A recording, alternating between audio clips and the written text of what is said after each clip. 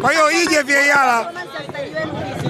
Performance ilikuwa nzuri, sisi tumecheza kibingwa.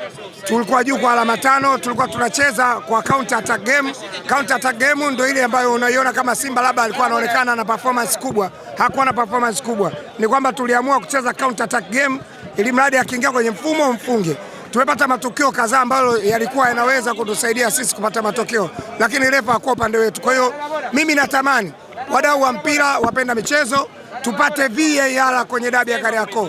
Bado tuna miezi miwili ambayo dabi ya Kariakoo nyingine inakuja, ije VAR. Kwa viongozi wa TFF, rais wa Reskalia, tunakuomba wewe kama kiongozi wa mpira wa nchi, lete VAR kwenye mchezo mkubwa kama huu wa Kariakoo dabi ili matokeo yatoke halali.